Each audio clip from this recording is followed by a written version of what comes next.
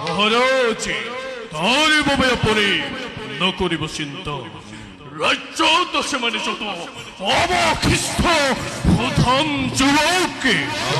সকলকে ধরিয়া দি অন্য দলত বই করিসর্প অন্যথা প্রাণ দণ্ড হিহতরে মিলিব ভাগ্য মহারাজ বহুদিন বহুদিন দেহরে প্রতি রন্ধে রন্ধে রণকৃষ্ণ বহিমুখে ঘরে ঘরে করছে উন্মতি মুখে শুদ্ধ লাগে